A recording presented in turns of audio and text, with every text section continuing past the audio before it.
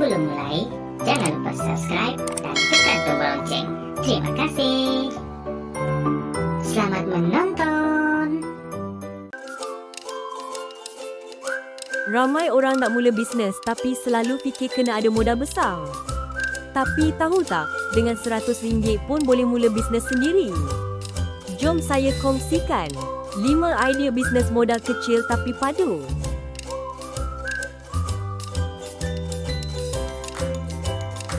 1. Bisnes sarapan pagi, modal RM50-80. Yang ni paling simple, jual sarapan. Modal cuma untuk bahan dan packaging.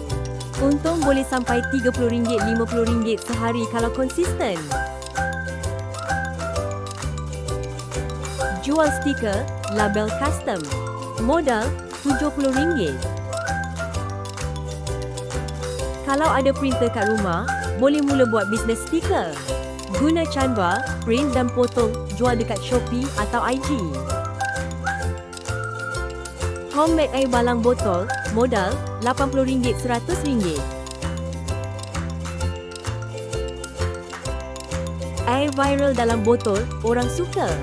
Botol boleh beli bundle kat Shopee, buat air sedap dan jual RM3-5 sebotol.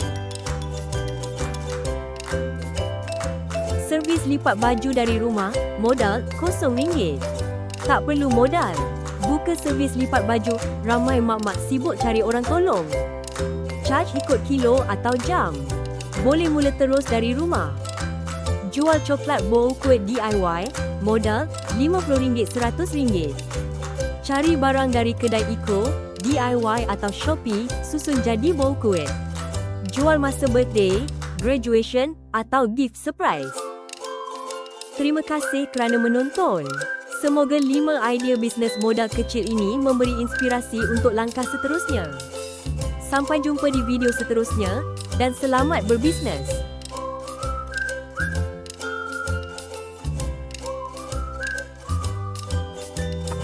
Jika suka dengan video ini, jangan lupa like, share, komen dan subscribe. Jumpa lagi.